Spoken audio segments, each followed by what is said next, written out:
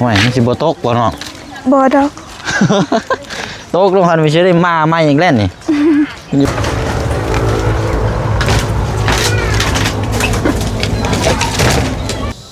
รถให้มันสีลงใช่แล้วหน่อย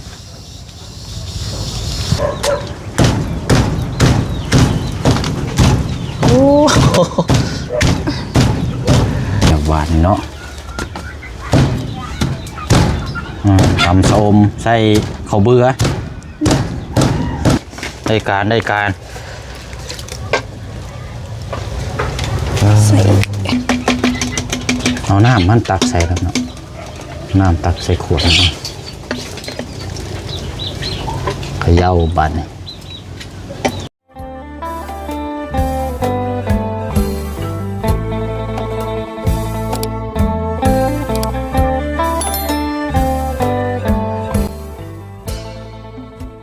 เนาะทักทายสบายดีและสวัสดีพ่อแม่พี่น้องเบิดสุขุสุคนนะพี่น้องเด้อเนาะพบเจอกันอีกคือเก่าคือเดิมเนาะตอนนี้ก็เวลา11 โมงเนาะพี่น้องเนาะ11 โมงแล้วใกล้สิพักแจงกินข้าวกินน้ำแล้วล่ะพี่น้องเนาะก็มาติดตามอัปเดตให้พี่ให้น้องเบิ่งน้ำกันอีกเนาะสำหรับทางน้องป๊อปเนาะที่พี่น้องให้ความสนใจหลายเนาะพี่น้องเนาะแต่ว่าหนึ่งมาที่กะนี่แหละพี่น้องบ้านเฮือนซานลานซองเนาะก็เห็นแล้วก็สังกะสีแอมพี่น้องเนาะป้ามันบ่ฮ้อนพอโลบ่นี่พี่น้องเอ้ยดื้อออกเปลี่ยนผ้ากระจาดใหม่เนาะพี่น้องเนาะประมาณ10ปลายแผ่นพอด20แผ่นหรอกพี่น้องอันนี้ก็มันก็ทรงสิเย็นแน่จังน้อยนะเอาเลยเนาะทั้งน้องเพิ่นก็หากมาแต่โบสถ์พี่น้องเนาะมาแต่ร่วมเนาะสงสการพระกเจ้าถือพระเยซูนะพี่น้องเนาะเดี๋ยวเบิ่งน้ำกันเนาะป๊อปเนาะให้กินอย่างเด้พี่น้องเนาะ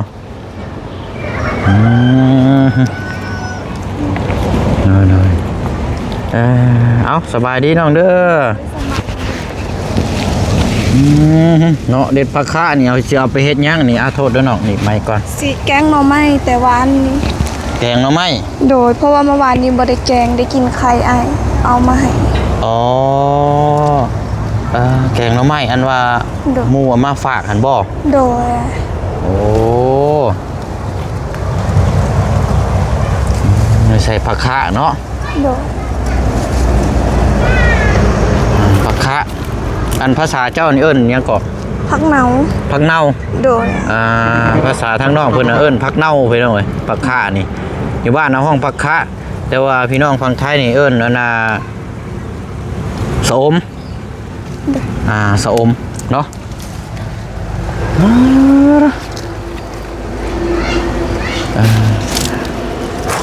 หากมาแต่อันนี้บ่มาแต่รวมสมบ่เนาะโดย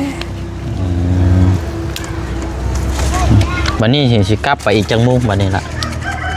เข้าไปรวมนะแม่นล่ะประมาณ4 โมงแล้วก็เลิก5 โมงแรงอ๋อ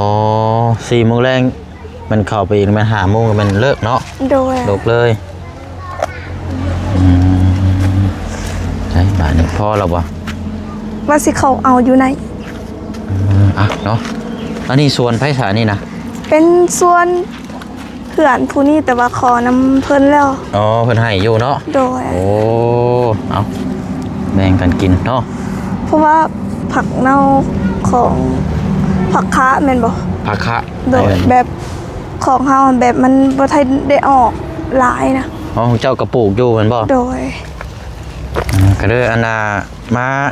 ขอน้ำเพิ่นเนาะโดยบ่ได้ใส่แกงเนาะไหมโอ้นี่ได้ยอดเนาะโดยโอ้กินกับอันนั้นตำบักหุ่งเนาะโดยแซ่บเนาะเจ้าเคยกินกับอยู่บ่โดยเคยตำบักหุ่งแล้วก็ใส่กับทอดไข่เด้อโดยลองเบิ่งแล้วบ่ใส่กับทอดไข่เจียวไข่นะยังบ่เคยลองเบิ่งเด้อเฮ็ดบ่ต้องเฮ็ดใหญ่ก็ได้นี่ประมาณครึ่งนึงนี่แล้วก็ตีใส่กับไข่กระทอดใส่น้ำมันแซ่บโอ้เนาะเบิ่งสิเด็ดซอยเบิ่ง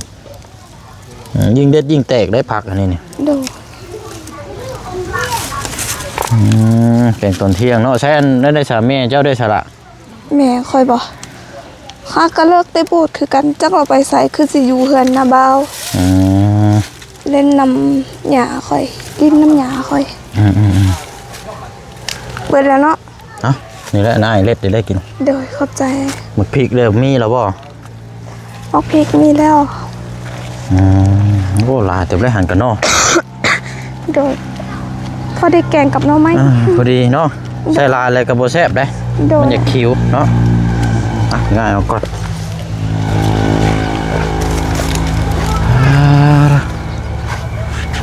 แดดได้มื้อนี้เมื่อวานนี้ยังว่าอันนี้อยู่สีครึมๆแน่ โดย มื้อนี้หยุดเวียกมื้อนี้เนาะหยุดรวม โดย มื้ออื่นนี่ก็แม่นลุยงานต่อเนาะ โดย ถ้าว่าเฮาหยุดสิก็ได้รายจ่ายนี่เพิ่นก็หักออกบ่ล่ะ โดย มันก็สมโมแม่นรายเดือนได้นี่เนาะ โดย มันว่ารายเดือนนี่วันอาทิตย์นี่เพิ่นก็ต้องเฉลยให้เพิ่นก็คิดให้เลยหาแต่เก่า โดย อันนี้บ่แม่นรายเดือนนี่เพิ่นสิไล่เป็นรายวันเด้นี่อันน่ะอันพาอ้ายขึ้นไปเบิ่งเทิงเฮือนเจ้านี่ เพื่อนนี่บอก เพราะว่ามายังบ่ทันได้อัปเดตให้พี่น้องเบิ่งนํกันเลย โอ้เนาะอันน่ะพาแอมนี่มันเป็นสังกะสีเก่าบ่น้องนี่นะ โดย โอ้ยขี้เมียงมาได้เนาะ โดย โอ้หันซานนี่ไหม โอ้ระบบดีขึ้นมานี่เรียบร้อยเลยนี่หยุดโดดนี่กากบาทเลยนี่ เอาขออนุญาตเบิ่งก่อนพี่น้องเนาะป้า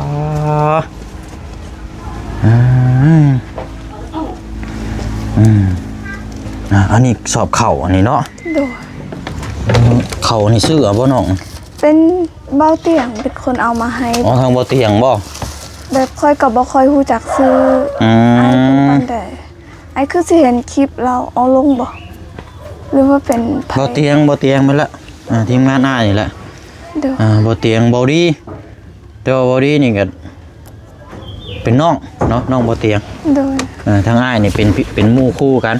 โดย โอ้อันกระสอบนี่เป็นข้าวเปลือกบ่ล่ะ โดยเป็นข้าวเปลือก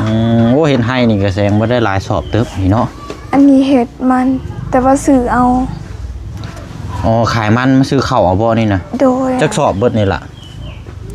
ได้บ่10ซอบอาจสิฮอดหรือว่าบ่ฮอดปานนั้น แต่ว่าเพื่อเฮาไปซีก็สิบ่ปานใดเนาะ โดย โอ้เอ้า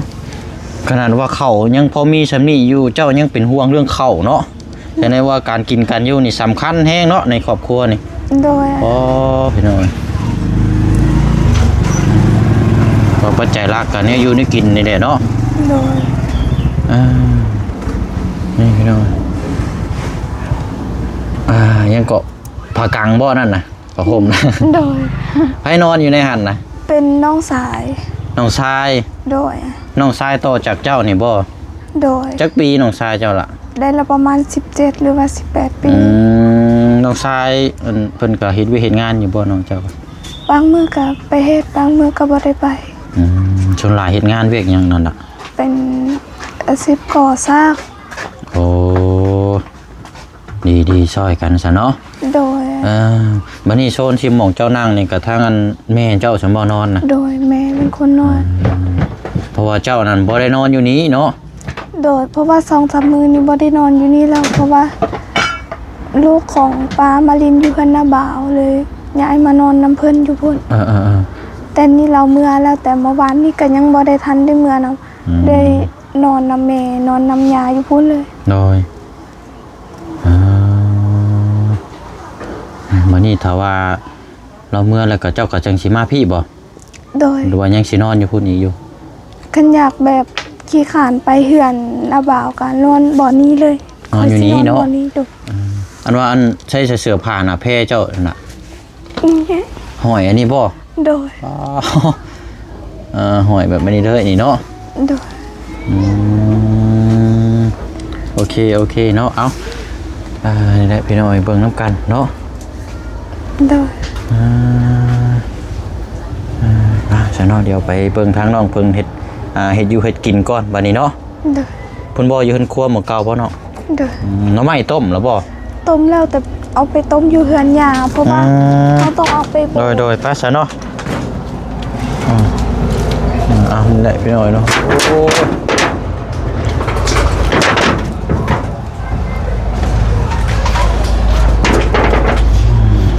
แบบบ่มีประตูเลยเนาะเฮือนกันเนาะ โดย แบบปล่อยโล่งเลย โอ้ก็เรามีโจรขโมยนี่ก็เบิดดิซื่อนะเข้า พรเด้อพรในศัพท์แม่มันน่ะ มันยังคอกยังซะนั่นเนาะเรียกยัง ไก่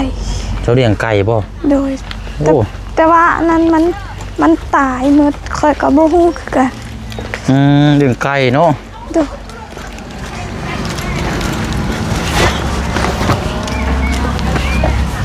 เอ้าเบิ่งแกงหน่อไม้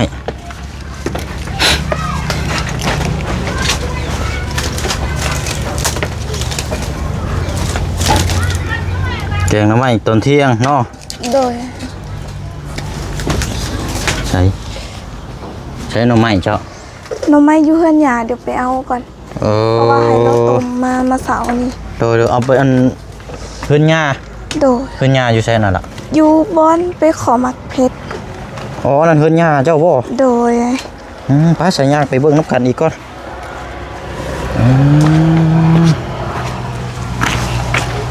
เอาไปต้มอยู่พุ่นเนาะ โดย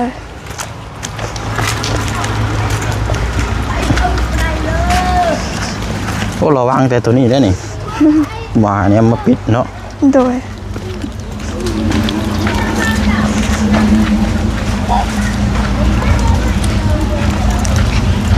โอ้นี่บ่หลังดังนี่บ่เจะนอนอยู่นะ โดยสินอนอยู่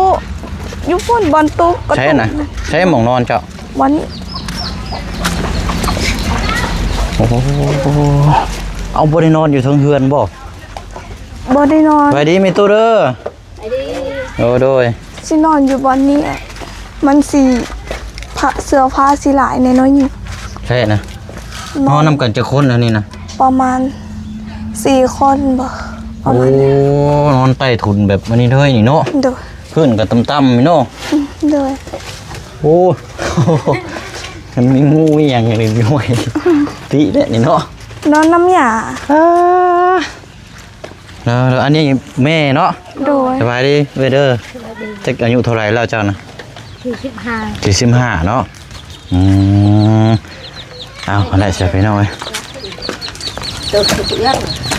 อันนี้เฮือนครัวบ่น้องนี่นะ โดย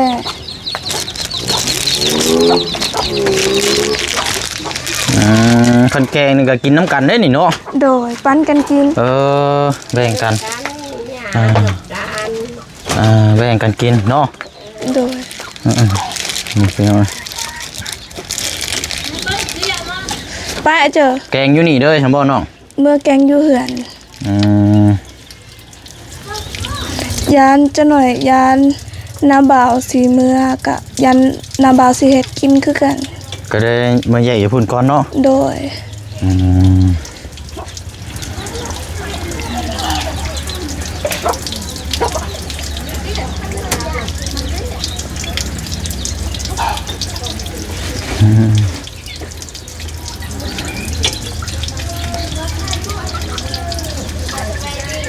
แกงหน่อไม้นี่ก็ใส่ใบยะนางคือกันอยู่บ่เจ้ากะ บ่มี โซลายนี่ได้ใส่บ่หรือว่าบ่ได้ใส่เนาะ แบบบ่ได้ใส่โยอะนะเนาะอันนี้ทางยายเนาะทางย่า โดย นั่นแหละพี่น้องร้านเนาะ พอมันจะรู้เฮาเพิ่นไปเที่นั้น โดยเป็นพอแต่ว่าเสียเนาะ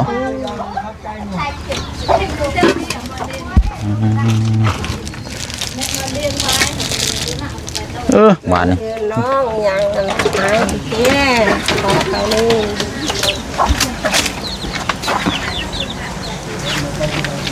ห่วยมันสิบ่ตกบ่เนาะ บ่ดอก ตกลงหันไปเชื่อได้มาอย่างแรกนี่ยังบ่ได้เห็ดกินยังได้เข่านี่ โอ้ยเนาะ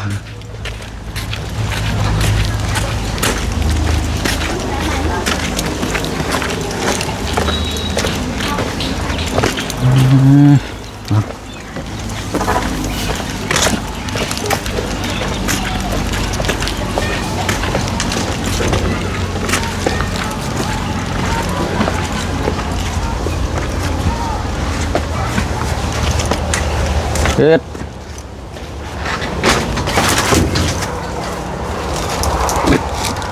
จูไผอีกเด้นี่บ่ โดย ไผยังบ่ทันได้จูอยู่พื้นก็คือบ่มีบาดนี่ กับไฟก็หมดแล้ว อ้าว ลืมสื่อ เรียบร้อยบาดนี่เนาะ ยังอยู่ มีอยู่บ่เอาได้อยู่เอายางหั่นแหละเนาะ เอาพื้นกัน มุ้ย เอาใช้พื้นเจ้า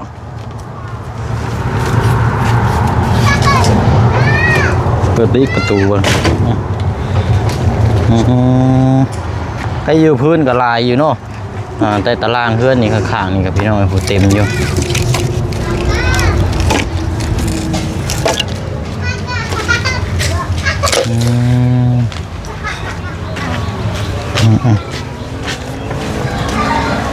อยากแบนเนี่ยจังน้อยมื้อนี้กะ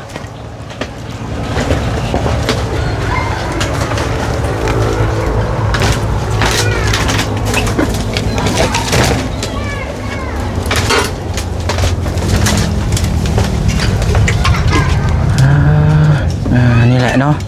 ถุยบ่วงเนาะมีซ้ำนี่เนาะ โดย บ่วงก็มีอยู่2 3 4อันโอ้เนาะเราคัดถุยบ่วงไว้เนาะเดือมมากนี่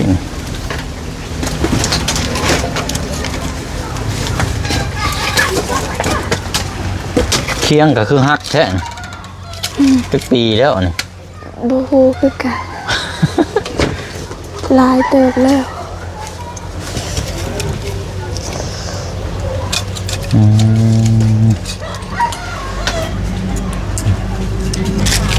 นี่กำลังสิจุไผ่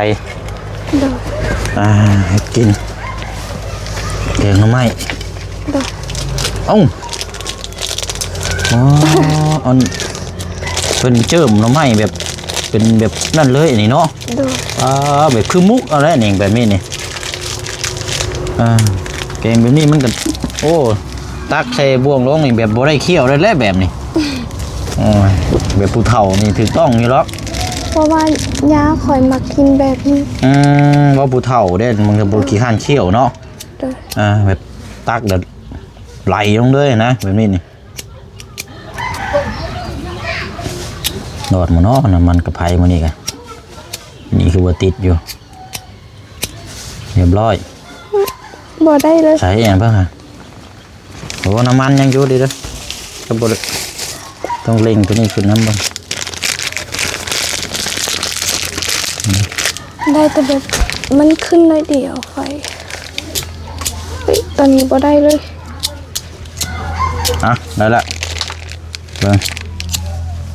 โอ้ยเนาะกระไพกับมันมีหอดหัวหอดหางดุดเกเรอยู่นี่ได้นะบ่ ได้แล้ว เอา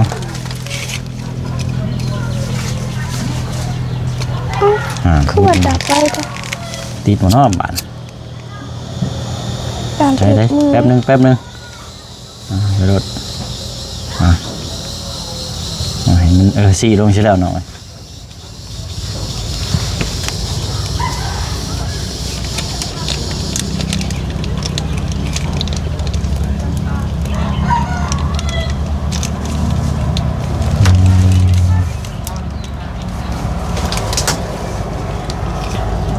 วันนี้ก็วันที่เท่าไรก็26บ่ โดย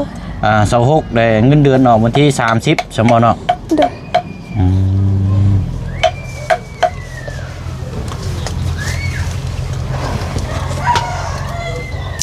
เดือนละ2 ล้านสมมุติจะว่า โดย ก็ประมาณ 4,000 บาทไปหน่อย 3,000 ปลาย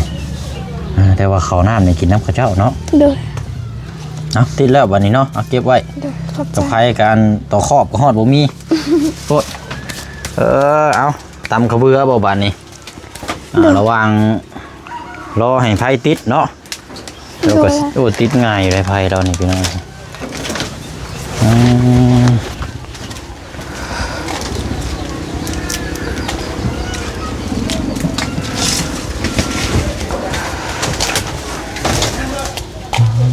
ขกกันเนาะใหญ่ชุดบ่ขกเจ้านี่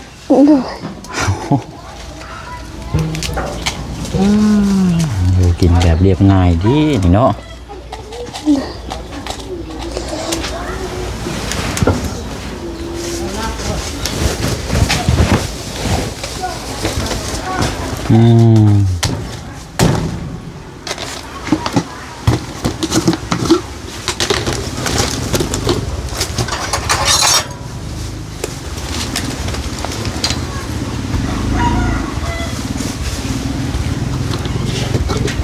ใบยะนางบ่ได้มีบ่เนาะ บ่ได้มีใส่ โอ้วันนี้แกงหน่อไม้นี่มีอย่างแน่ที่เจ้าสิใส่เครื่องปรุงเลย มีแต่เกลือเป็นนัวกับผักคะนี่บ่ ปลาแดกบ่ได้ใส่บ่ มีน้อยเดียว ใส่ปลาแดกเจ้า มีแต่ประแดกมันยังแต่น้อยเดียว โอ้ เพราะว่ามันเบิ พอได้กินนิดนึงเนาะ โดย เอามาใส่พอได้กินเครื่องบ่ครบ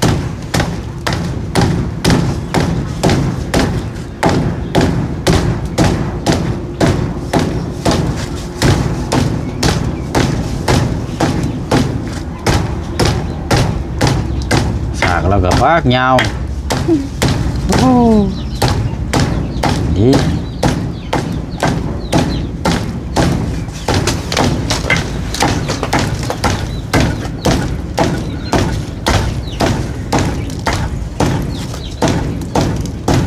ตกอีก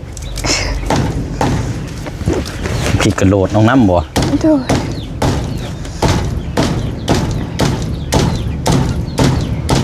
ทำมาตำพริกห่าวซับเนาะมันโอ้ยเผื่อมันสิแหลก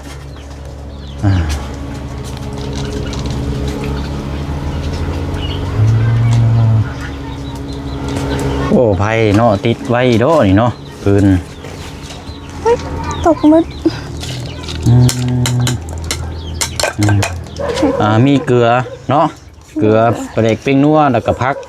ปลาแดกน้อยนึงเนาะใบอันยะนางบ่มีใส่พี่น้องเนาะ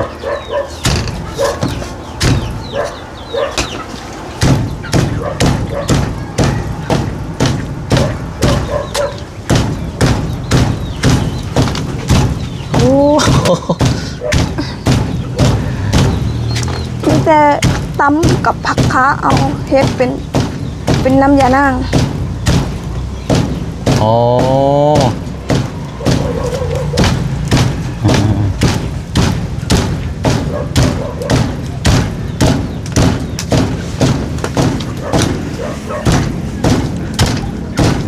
การค้าการขายนี่ก็เคยไปขายอยู่บ่เนาะไปขายหน่อไม้ เคยอยู่แต่เดี๋ยวนี้บ่ได้ไปแล้วเพราะว่าหน่อไม้ยังบ่ทันได้ออกลายครับบ่มีเวลาหาแน่ก็เลยบ่ได้ไปขาย กำนึงมานี่เจ้าว่าเฮ็ดเวียกนี่แน่เนาะ โดย ก็บ่มีเวลาไปหาหน่อไม้ขายนอกจากคือเฮายกตัวอย่างเขาออกมาแต่งงานเนี่ยเฮาจะไปหาได้บ่สิเนาะ โดย แต่ว่าเจ้าเฮ็ดงานแบบซั่นก็เหมาะละเพราะว่าเบิ่งเจ้าเมื่อวานนี่ก็บุคลิกในการค้าการขายนี่ก็ว่าโอเคอยู่เนาะ โดย แต่ว่าเวียกงานที่เฮาถนัดเนี่ยเฮ็ดไปเรื่อยๆน้องนี่ โดย ก็สิเป็นผลดีสำหรับเฮามันว่องไว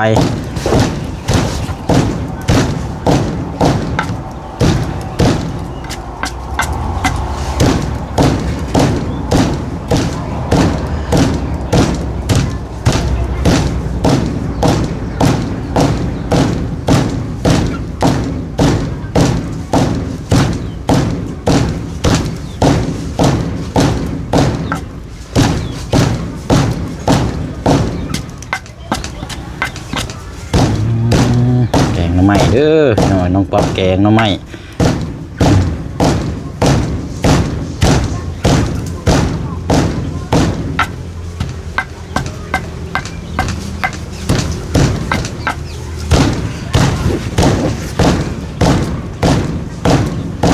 คันว่าไปร่วมนี่เขาเจ้าก็ใส่ให้ใส่แต่งตัวแบบนี้บ่เนาะ โดยให้ใส่ซิม คันใส่กางเกงไปนี่ได้บ่ ถ้าเป็นผู้หญิงหันแบบเขาบ่ให้ใส่ อืม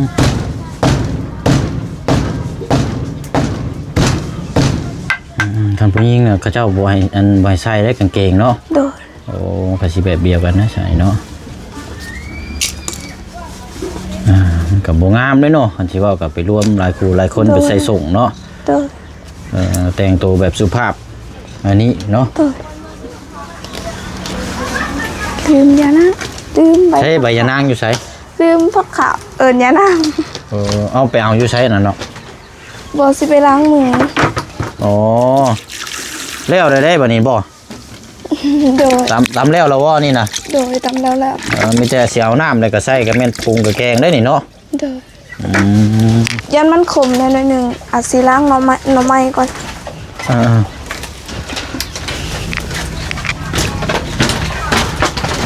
อันนี้มองล่างเนาะ โดย โอ้เนาะไม่กับแบบพลอยเลยแบบมุกเลยนะคันนี้ว่ากันหม้อโยคนเฒ่านี่กินแบบโบเคี่ยวเลย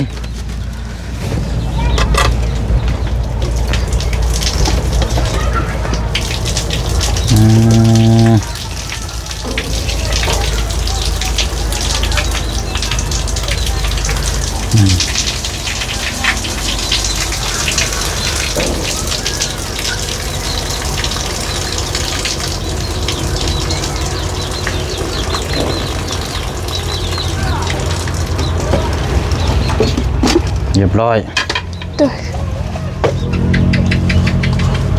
แกงก็แบ่งกันเนาะหลายคน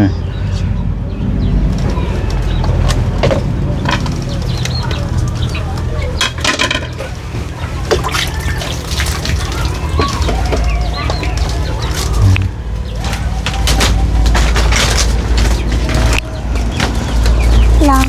ได้ลองนี่ก่อน เอาใช่เนาะ สิตำน้ำข้าวเปลือกเลย บ่พักอันนี้นั่นล่างแต่กระพึกใส่หม้อด้วยรถอันนี้นะบ่ต้องตำก็ได้ส่วนหลายเจ้าตำบ่ ตำหน่อยนึงเพราะว่า เอ้า สีแบบเฮ็ดให้น้ำมันคือกับน้ำยานางในน้อยนึง อ๋อตำหม้อน้ำมันเนาะ โดย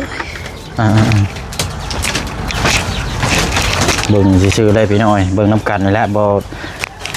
ครั้งแรกเนาะคันสิว่าให้น้องเพิ่นเฮ็ดอยู่เฮ็ดกินให้พี่ให้น้องเบิ่งน้ำกัน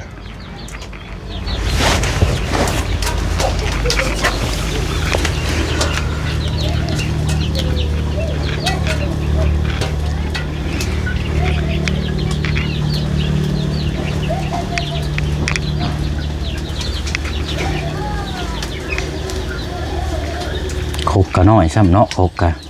โอ้ยเห็ดตะเหมาะอยู่เห็ดตะเหมาะตอบขายโอ้มวดใช่แบบนี้เลย โดยก็สิตำใส่ โอ้ได้หวานเนาะตำส้มใส่ข้าวเบื่อ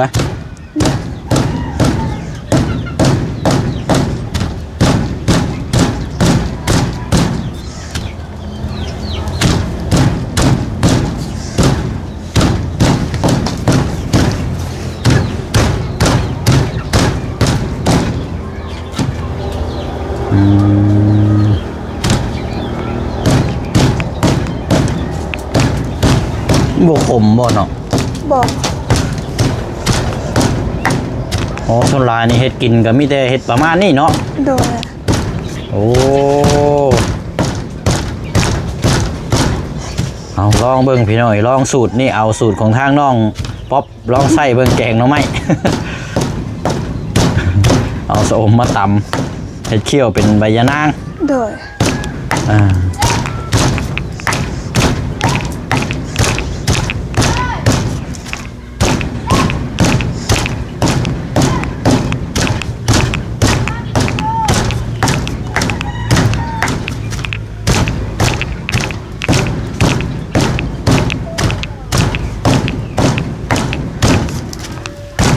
โอ้ตำแรกครับพี่ดีนี่เนาะ โดยมันก็แลกอยู่เพราะว่าใบมันยังอ่อนๆอยู่เด็ก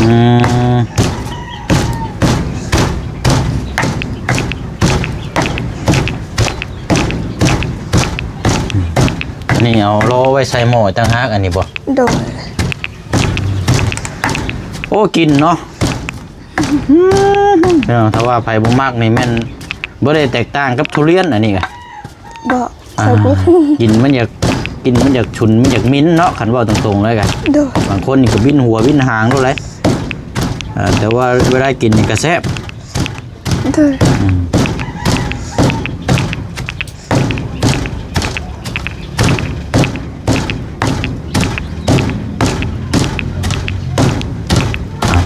พี่น้องเบิ่งน้ำกันยาวๆเลย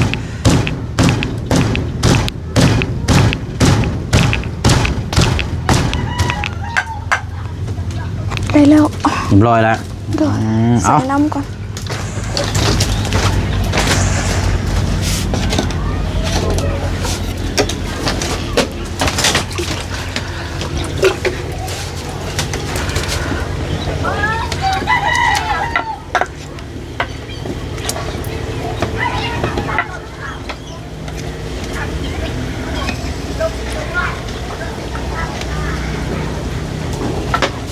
โอ้มันก็เขียวคักอยู่ได้ป่ะนี่เนาะ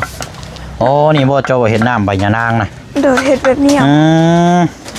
โอ้เนาะได้การ ใส่ น้ำใส่อีก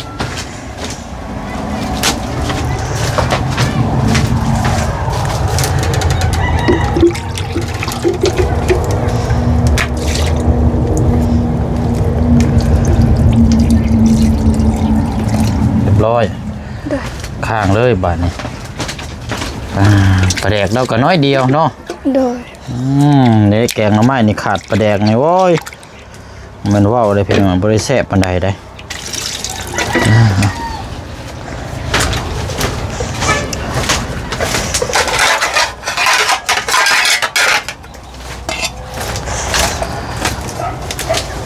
ใส่กระเด็ดกับปิ้งของ ปรุงก่อนเดี๋ยวจะข้างบ่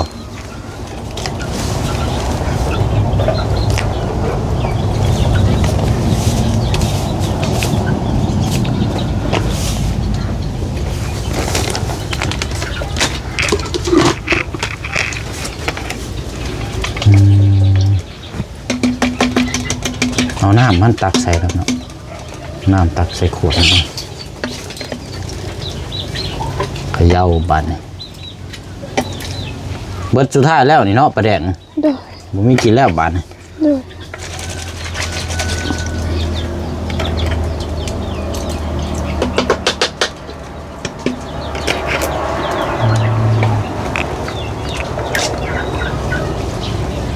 โอ้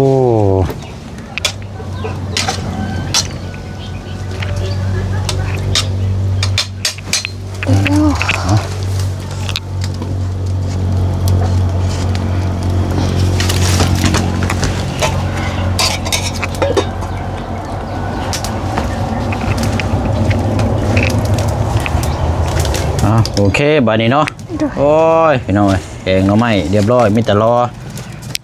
อย่างเดียวบาดนี้เนาะรอถ้ากิน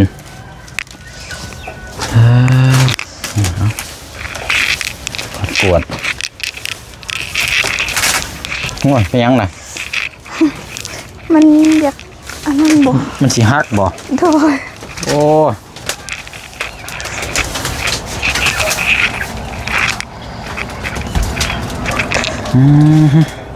นั่งนู้นนี่คนก็ได้เนาะเนาะเห็นเลยเนาะเอาเนาะว่ากันบ้านนี้กันแกงหน่อไม้เดี๋ยวมาติดตามเบิ่งน้ำกันอีกต่อน้ำกันอีกอันคลิปหน้าพี่น้องเนาะแต่ว่าคลิปนี้เดี๋ยวมันยืนยาวเดี๋ยวว่ามันนานเนาะ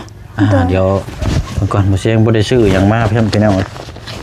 ที่วันย่าน้องเพิ่นบ่อยู่ตัวอันนี้ใบบินใบบินไผว่าซั่น